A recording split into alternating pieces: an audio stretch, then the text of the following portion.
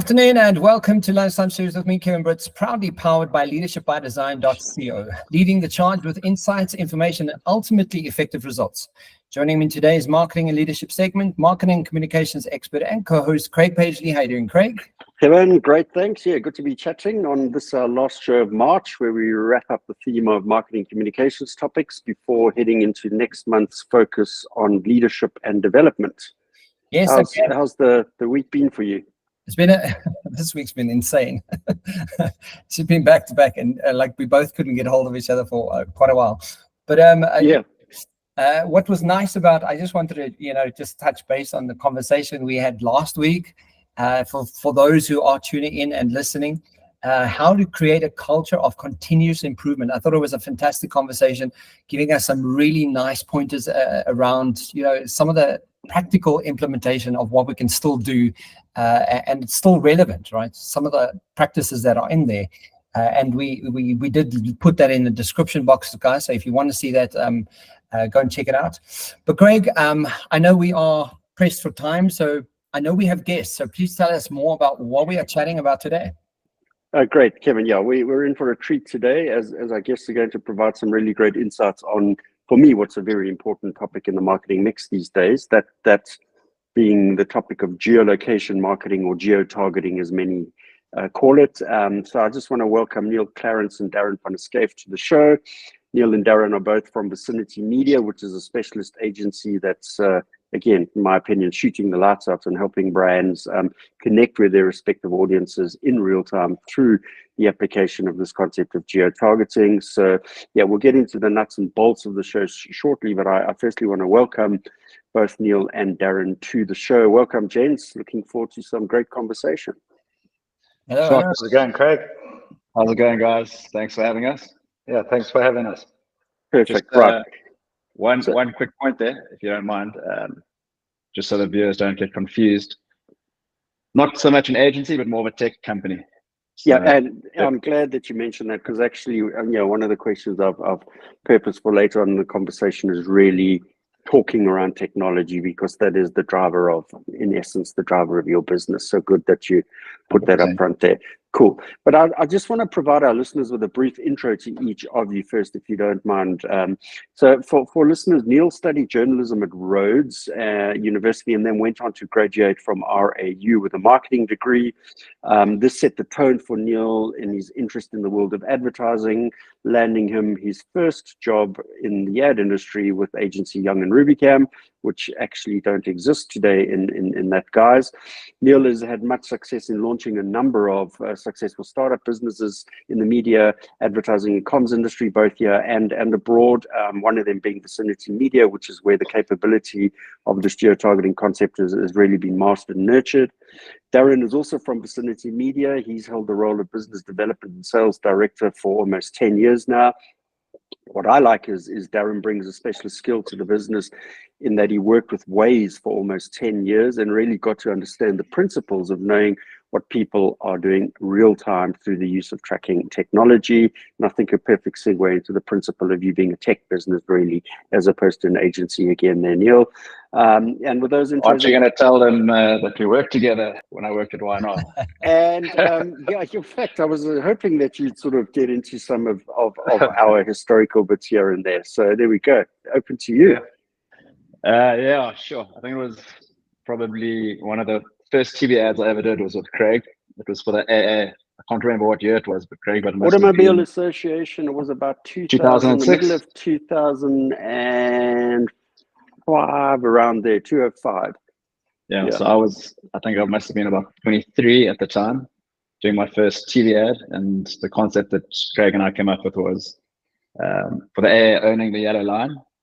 So we did this ad and we got to drive around and do helicopter shoots and all sorts of cool things, trying to shoot the best yellow lines on the side of the road, and the AA was going to own that. And, I've been following his career ever since, and we've worked together a few times over the years. Yeah. So we go back a long, long way.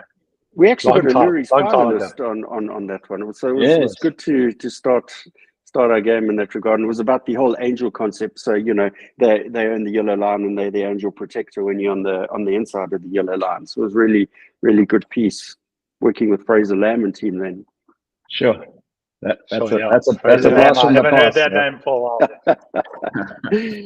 So guys, Kevin, to start the conversation, I want to ask, can you describe, Neil, can you describe what it is that triggered you and triggered the interest for you to get into geolocation marketing, and how did you move into this specialist space?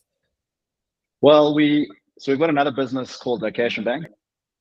And Location Bank, what it does is it's a software solution that allows brands to manage their location data across various endpoints like Uber, Waze, Facebook, Google, etc. So if you, let's say you're KFC and you want to change your telephone number across all these platforms, you change it on our platform. It then changes on all of those. So we've got APIs into all of these endpoints. And that business at the time, well, back late 2009, 2010, was working with an app called Telmap, which was the precursor to kind of Waze in South Africa.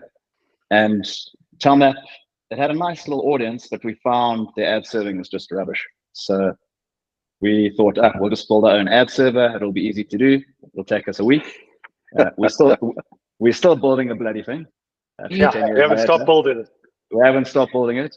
So we started building the ad server, and then as luck would have it, Intel bought Telmap and shut it down. So we had half an ad server, and we're like, what should we do with this? And nowhere to serve ads. Exactly, nowhere to serve ads. Half an ad server. We thought it was half an ad server. It was probably 1/1,000,000th of an ad server. But at the time, we decided, okay, cool. We're not going to throw this thing away. Let's raise some funding, start a new company, and build a real ad server, and build a network around that ad server. And that's what we did. And that Vicinity was born all those years ago. That's pretty amazing. Yeah, that is. Yeah, 10 years ago. I think I was employee number 2, and I was at the start of 2014. So it's my 10-year anniversary coming up. Darren started on the 1st of May, 2014. That's fantastic. I like the principle of building an ad server around a network, because when you got the network, you got the audience understanding, then the rest is easy. Yeah, definitely. Look, my background, I come from a business that was already in location, so it was quite an easy move for me. And when I heard that it was possible in display, and nobody was doing it, I don't think it was available in the market at the time. It was still quite technically the early days of digital. But yeah, it was a very easy move for me because I understood the concept and I understood what a geofence was. And when Neil and Darryl approached me, it was definitely something that I jumped at. And so did Dwayne. Dwayne had spent his time at Abari. Yes, okay. Yeah, I'm sure you've met Dwayne McCarthy. Yeah. So they were those two. We joined this little startup. Put our faith in 2 founders and just hope for the best. But it took a lot of hard work to build the business we have today. Yeah, so D&D as we call them. We're employee. I prefer D squared. Well, I prefer double D personally, but they were employees. Keep it tidy. That's your mind in the gutter. They were employees number 1 and 2. And Darren says he jumped at the opportunity, but believe me, they both played hard to get. Yeah. So just on that point, then, particularly you, Darren. So you obviously had some interest to take you into the world of Waze. Where did your interest in geolocation marketing come from, and what drew you into Waze as a business? Yeah. So unlike Neil, I didn't choose a career in media. I actually ended up in media. I wouldn't say by chance, but by pure fate. I was actually at a lodge in Botswana, and I met a gentleman by the name of Warren Moss. I don't know if you know Warren. Demographic. And we got along very well. And at that time I was a bit of an entrepreneur myself, and he gave me an opportunity to work with him. Obviously I jumped at the opportunity as well. I wanted to try something new. I was looking for a new career, and what Warren did is he was offering geospatial, geo-targeted SMS, which was very interesting. And this was pre-Papier and CPA days, so it was unsolicited SMS was quite quite the norm. Yeah. And that was kind of my first forage into location. And then when I joined Vicinity, Waze is quite an interesting one, because Neil spoke about building this ad server for the last 10 years. So we were actually in a building phase on Vicinity, and Dwayne and I were looking for other opportunities to keep us occupied while we were building this ad server. There's a couple of big changes taking place in the ad server, and I believe Neil and also one of our founding partners, Charles Talbot, put us onto Waze, and we approached them, and Waze, being a Google-owned company, were completely ignoring us. And Dwayne and I convinced ourselves that if we sold a campaign and then took it to Waze, that Waze would start listening, and that's exactly what we did. We sold the platform into a brand they bought in, and we went to Waze. We said, we've got this amount of money to spend, and all of a sudden we had 3 salespeople on us, and that was technically the start of the relationship, and it just blossomed from there. Eventually, we became the third partner in the market, and we were #1 reseller or #1 preferred partner for a couple of years in a row. Awesome platform, but still only constituted about 20% of our business. Our focus has always been Vicinity and our technology, but yeah, it was a fairly easy sell, because most people use Waze, especially people in Joburg and based in cities. They understand how Waze works, and it obviously saves them time every day. Waze, unfortunately, is no longer. So not as a platform, but at Waze ads. Yes, no, absolutely. But you know, you've taken your learnings and exploiting that, which is really great. So, I mean, Neil, one of the questions I have, as you guys are talking from a layman's perspective, I have no idea what you're talking about at all. So, can you describe to our listeners what exactly geolocation marketing or geo-targeting is, picking up some of the key benefits and advantages of it? Yeah, so at its simplest form, essentially, it's taking a point or location, geo-coordinates, what we call a point of interest, creating a geofence around it, which is really an imaginary barrier or ring around it, and then serving ads based or to people that are within that geofence. That's at its really kind of, let's say, geolocation 1.0. And that's been happening for about 10 years. We ran the first campaigns like that, in 2008, just focusing on the user's current location. Now that sounds a lot easier than it actually is, because getting a user's location is a big murky black hole. It's very difficult. It's very complicated. But that's really what geolocation or geo-targeting is. And then it evolved into the ability to actually display the distance from the user to an offer. So Craig is 700 meters away from the KFC. That was kind of the next evolution of geo-targeting, where we actually display distance to the user. And to this day, we're the only guys that do that in the mobile web space. Dynamically, and that's again, because it's dynamic execution.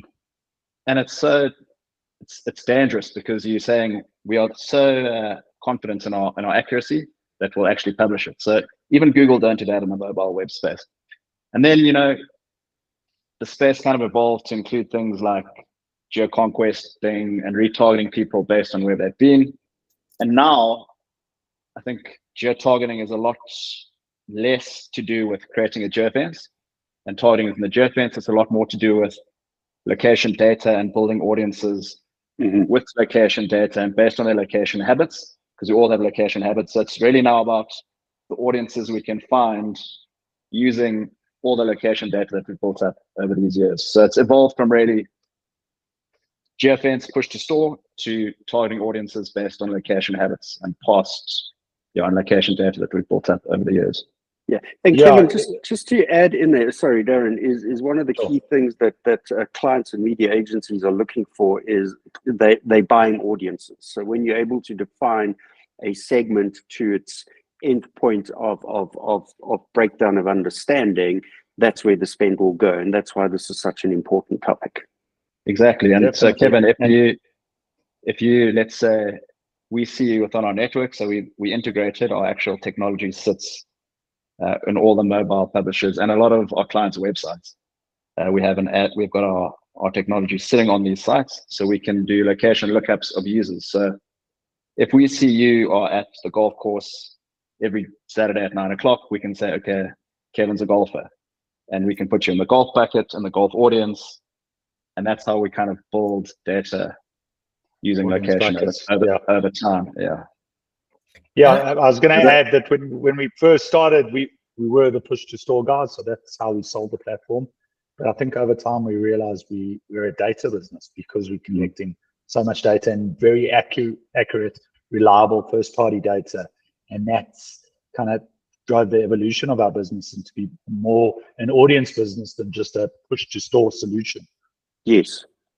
So does that make sense, Kevin? Yeah, absolutely. I love that, and I think it's I'm just thinking about smaller businesses, SMEs that are out there that know that there's something like this that does exist, and how they could actually utilize it, because essentially a lot of businesses want to be able to market to the immediate environments that they're in, because that's where the money comes from. But if you're just starting out or you've just opened a store, how do you tap into it? How do you do that unless you have this type of system in place? Or how do you get into people's faces and awareness? Yeah, well, we kind of think we kind of democratize display in a way, because let's say our publisher's News24 and we ran all the ads on News24. Previously, before location, you'd have to have a big budget to buy a banner on News24, and it would be national. Yeah. Using location, you can just own the kilometer around your store for a couple of grand. You could own Bryanston, for example, and you don't have to make these massive financial commitments. So for an SME, definitely, especially an SME that's driven by running offers, price of product, that sort of thing, that works really well for smaller businesses that have smaller budgets. Yeah, I love that. And now as we move into the omni-channel space, the same would apply for digital out of home. A lot of the sites were inaccessible for smaller businesses. Now they are. Darren, I like you raising that point. So segue into the question, so the role of location has obviously changed over the last decade. What has actually led it there, and where do you see it going, particularly in light of now using digital out of home as another connector point in targeting the triangulation? Neil, do you want to jump in on that? So I think the key driver and the evolution has really been the data. Definitely, yeah. So what we do, just to take a step back, is we get first-party data from this network that we've got, and it's an opt-in audience. So if you go to News24, NCA, or one of our publishers, you'll get a pop-up where it asks the user to share their location. Once the user does that, we keep their location, and we then put them into the various audience buckets that we've been talking about.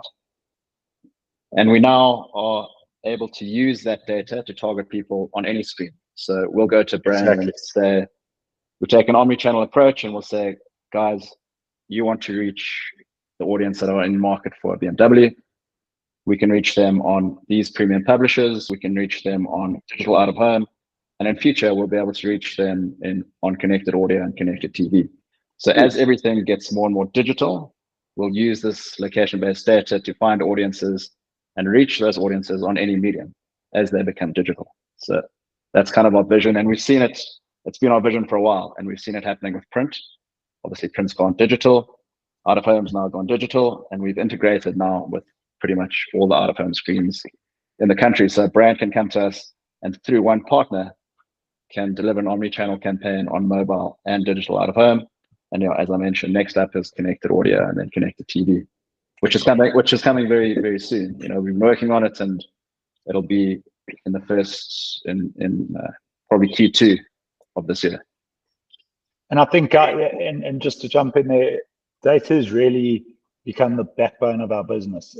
It doesn't matter where we're reaching that consumer, but the data we have that drives that decision is the most powerful tool we have at the moment. And there's so many different applications that we could get into a little bit later on in the show. But when we put it in front of clients and show them the data that we have available, the results or the response is always unbelievable. So hard to match. First-party data is not freely available in the market. No, correct. And a lot of businesses are relying on these third-party data sources that are often inaccurate, not extremely reliable, and they're all selling from the same third-party data source.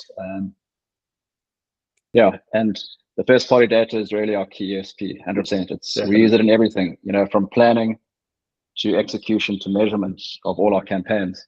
And it's because of that opt-in that the users go onto the publishers and opt-in that we've been, running for 10 years. We've got billions and billions of data points about millions and millions of users. So very powerful. People say first party is kind of the new gold, first party data. Yeah, definitely. But what's interesting is, I've seen, working with big corporates around data, if you have enough data and you scrutinize it enough and you kind of figure out how to use it and apply the right kinds of questions, you can also serve the clients differently, right? So I think the fact that you have billions of bits of data, it really puts you in quite a powerful position to kind of understand how to serve clients better. Yeah, exactly, 100%. And I think one example of that is we can sit down with the client and say, what are your objectives? And the client can say, our objectives are awareness, for example, about this new burger we're bringing out. And we can say, okay, cool. Let us show you the audience on a visualizer. We'll show you the audience that we have that are frequently visiting that sector or in market for that sector. And this is where they are. So it's no more guesswork about, for example, buying an out-of-home screen. We know that board A has got a higher proliferation of those in-market audience than board B. So it's really data-driven marketing, all based on those billions of data points. Yeah, another example would be, I don't think you made mention of our analytics tool. So we've got an analytics tool by the name of Geolytics, and it's very similar to Google Analytics. However, it analyzes the traffic the geography of the traffic to your site, and that can be translated into your strategy. So a perfect example would be an automotive brand that Geolytics is currently live on, was launching a new bakkie, and I wanted to understand where that audience is. And we showed them where that audience exactly is geographically, based on the visits to the bakkie page on their site. And then they used this to make their out-of-home placement decisions. They were looking for large format static, but they used that data to dictate the strategy. So it really is data-driven marketing. I think it's a bit of a buzzword at the moment. Everyone's referring to data-driven marketing, but it depends on how good your data is and how reliable that data is. So I love our industry. There's always a new buzzword. And first-party data and data-driven marketing are the two that are currently making their way around. It's really important that your data is of the highest quality for you to actually. Yeah, that's exactly right. One more point on that is that data is not data. That's critical. And if I was a brand looking at running a campaign, the first thing I would look at is where is this data actually from? Because everyone's got data. Everyone's talking about data. As Darren says, it is the buzzword. Everyone's got it. Everyone's got the best data. Blah blah blah. So actually interrogate where the data comes from.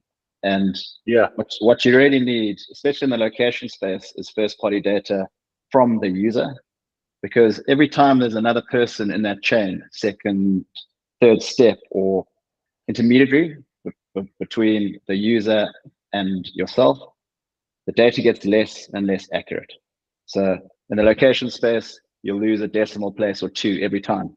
So first-party data will get you up to 8 decimal places, which is 2 square meters. Third-party data, you're talking about suburb level. So the difference between being able to target someone in a room or in a store versus in a suburb or a city is, worlds apart. Yeah, absolutely. Just on that point then, obviously there's value in data.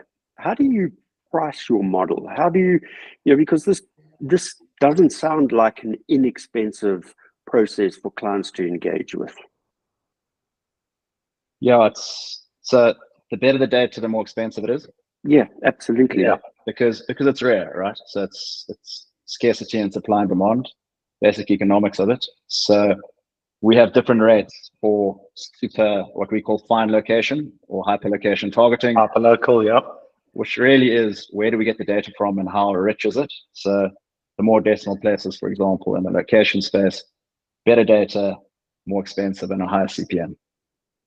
Okay, and principally the CPM is the sort of foundational pricing model. But then do you, and this is a topic that I like to think about, performance fees at the end of the day. When clients is using your data, you're providing really rich, engaging opportunities, there is a good conversion rate. Do you ever see yourselves working with clients to set performance-based bonuses on the efficacy of campaigns and things like that?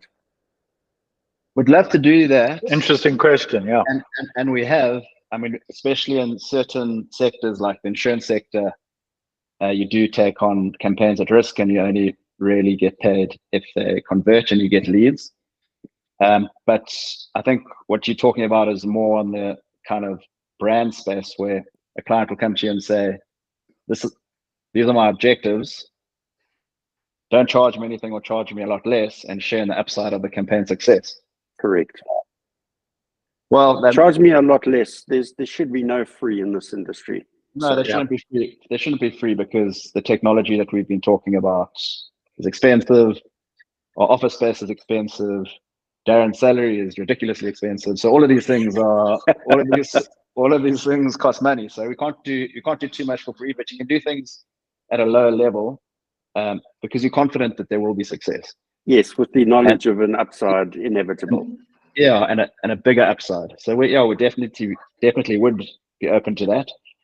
Clients on. Yeah, it's a very interesting discussion. I've had this before, but it's quite hard to guarantee outcomes if you only involved in the targeting and the data portion of it, and no involvement in creative and the rest of the process. Sure. Involved. Long value chain of touch points that really are driving that success or not. And closing and the actual sale. So closing the loop. So we'll say we'll get someone in store, but then the in-store experience counts for a lot. So yeah, I mean, we can generate leads for you, but it's up to your telesales team to make sure they act on those leads immediately to strike while the iron's hot, and do they have the ability to close a deal telephonically? So yeah, it's quite a difficult one, but it's definitely something we would entertain. But I think there's got to be transparency and clarity up front. And sorry, Kevin, you want to jump in there? I was just going to say, well, you're not in the business of training, so like you're responsible for how well people sell, right? Like if they can't close the deal, that's not your problem. Like what 100%. Works is that you're bringing feet into the door or people on the phone, and that's what you're responsible for, right? So that closing of the loop is absolutely the ownership of the actual client who's investing in this product. 100%. I mean, if you're supplying the leads and they're struggling to close those leads, it's up to them to relook at their sales training program and maybe give the team a couple of pointers on how to close a deal telephonically.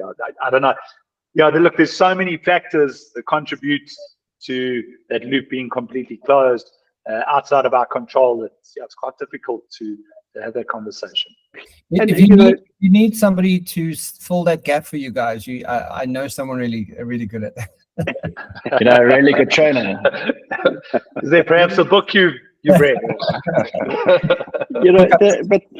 The answer is not unexpected, and I think this is probably why we haven't seen more of performance-based fees being applied in the industry, because there are just so many players and interfaces and intermediaries from the beginning of a campaign to the end of a campaign. It's quite difficult to understand and manage across all of those disciplines, which is sometimes out of your grasp and understanding as well. So a tough one, but I still think go for it, Darren. So yeah, we often just a small piece in a very large puzzle. Yeah. And I mean, there's been cases where we receive creative and the strategy or the proposal we put forward required creative in a certain, or sometimes to be contextual to the platform, especially, I think a great example would be Waze. In a couple of Waze campaigns, you know, it was for a nasal spray, and we thought about nasal congestion versus traffic congestion, and there's a massive opportunity to have a contextual impact, you know, high impact creative that speaks to the consumer in his current state of mind. And then we just get this generic creative. We push back and say, look, this is what we recommended. And that's the clients will turn around and say, look, there's just not enough time available. Just run with that. So yeah, I think that's often the case, that yeah, we don't have the power to really make decisions outside of our piece in the puzzle. But what I like about what you're saying there is I'm going to say something quite controversial, and not controversial to you guys, but maybe for the industry as a whole, is that you know, technology businesses like yourselves need to actually come into the briefing stage right at the beginning and be part of that, because your understanding of audience segment behavior it needs to be a dictate into the creative resolve, because you've got the insights and capability to guide that end resolve. But we actually, I think that is happening more and more, especially because, back to the data, we're using our data to help them with planning. So we've got a planning tool where we can show the client where audiences are, etc. And then you are involved from a lot earlier on in the process. Definitely, being intricately involved with creative, definitely should happen. Especially now, I think a lot of, back to our days at Y&R and AA respectively, Craig, it was very much idea-led out of the creative agency, and I think marketing has changed quite a lot, where a lot of the big ideas are now media or audience-led. Yes, or at least should be. Yeah. But I think you have an unconscious bias for creative agencies. Yeah, I wonder why. Hey, Neil. I definitely don't. Otherwise, I'd still be on one. Yeah, so I just got a last question from my side, and I know you've touched on some of the points around the challenges around data, but I mean, what are some of the challenges that you have faced in getting agencies and clients to understand the primary benefits of geolocating marketing? Because I'm sure that, you know, the data really needs to speak for itself, and it really needs to be the best data you've got. But what are some of the other challenges that you are facing, you know, in the industry? I think as time's gone by and the success, but based on the success we've had in the industry and in the market, a lot of new players have entered, and it's been a lot of copy and paste, or they're just finding a product overseas and they're becoming local resellers. And unfortunately, I don't know if the people at agency level are to blame, because I think it's more a case of they don't have the time to understand what they're dealing with, but they seem to not understand the value or the importance of accuracy when it comes to the collection of data, and more importantly, the value of accuracy in the collection of location data, because it really is the foundation of location-based media. If you're not accurate, if you aren't able, and as Neil mentioned, within 2 meters of accuracy, if you're not accurate when it comes to location, and I've said this 100 times before, but 100 meters is the difference between a church and a brothel. So accuracy is the foundation of it. And if you are not accurate, you're not doing it properly. And as that filters into reporting, into your targeting, whatever application you have of that location data, if accuracy is not there, it holds absolutely no value. I was going to say something very similar. Okay, great. You can see we've been working together for 10 years. Yeah, well, we face the same challenges, and we kind of, as Vicinity, and Location Bank to a degree, we kind of pioneered this location space, and there haven't been a lot of Me Too players who have come in and took what is the easy way, is getting an off-the-shelf solution, which is built for, you know, a Dubai market or a European market, but it's not built for a South African market, which is not an app market like those places.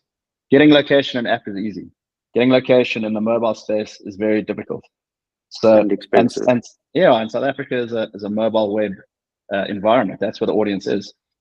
So this idea that we can just get an off-the-shelf solution and do what Vicinity does is not the case. So 100% right. The biggest challenge we do sometimes face is educating people between what is real first-party built in South Africa location and location data, and a kind of copycat Me Too product that looks like it can do the same but can't. It's definitely agreed. I think education is still a challenge. Yeah, educate, and I think it's simply because people just don't have the time. Agencies are obviously often quite thinly spread. They don't have enough resources. That can be the case, and there's not time to dig deeper or lift the hood and understand what they're dealing with. But again, that goes back to clients, in my opinion, where I think clients need to ensure that time is put in diaries, that the collective gets together to understand the importance of data and the role of data in delivering successful campaigning for that particular client. 100%. Then my last question is, how do you keep abreast of technology? And obviously there's big investment required in this, but what does the technology look like moving forward? And what do you need to do to remain at the front end of first user advantage? Because you guys have obviously had a great opportunity in building this business over time and entrenching yourselves as leaders in the market. The cut and paste model, eventually people do start catching up, but what tech do you need to implement or deploy or invest in or create to ensure you stay at the front edge? Well, for us, we are the only guys that have actually built their tech locally. Okay. So there actually isn't a competitor, isn't another location-based ad platform built locally. So for us to have a meeting with a client and the client says, a good example is KFC. We recently did a campaign for KFC and they wanted to do an interactive map. They sat with us, we had our devs in the room. That can't happen with an international company based somewhere else. So we do have that massive advantage, and we're that closer to the client. So the challenge or the tech that we need to build, we're that close to the audience and that close to the client. So we are kind of at the cutting edge, and we can remain forefront. And I'm not concerned about our competitors having the kind of agility that we have locally at all. And I think that's the perfect word, agility. Yeah, agility and market contact. We with our guys are in the market all the time. We're with the clients. We've been working with the clients for a decade, and we can help them, with specific builds based on their requirements. Yeah. I think, as Neil mentioned, South Africa is a big fish in a small pond, and these global tech players are building to the demands and the requests and the requirements of these global businesses, and then they're not really interested in the requests of the smaller clients in South Africa. Being a locally built platform, our whole ecosystem is South African. All our customers are South African. Our publisher network is South African. Our dev team is based in South Africa. We will evolve according to the needs of the South African market, not to that of the global market. And Neil used the word agility there. I think we're extremely agile, and this is what's kept us ahead of our competitors. And one more thing about the South African note, sorry guys, yes. I want to mention this because it's important and it's close to our heart, is that yes, our publisher network is South African and our dev team and everything is local, but we also, unlike our big competitors, the duopoly sitting in Silicon Valley, we actually pay taxes in South Africa, and which is a key point. This could be a podcast of its own, I think. It could be a podcast of its own, exactly. The clients must recognize who are the people that actually, benefit the country, and it's key to us. We're very proudly South African. We keep mentioning it, and it's a big USP of ours. That's fantastic. I'm glad that's what you mentioned, Craig. But I mean, we are running out of time. If you want to wrap up this conversation for us and sort of take just some key notes that you want to share, and Neil and Darren, please, your closing sentiments of what you want people to know about your business.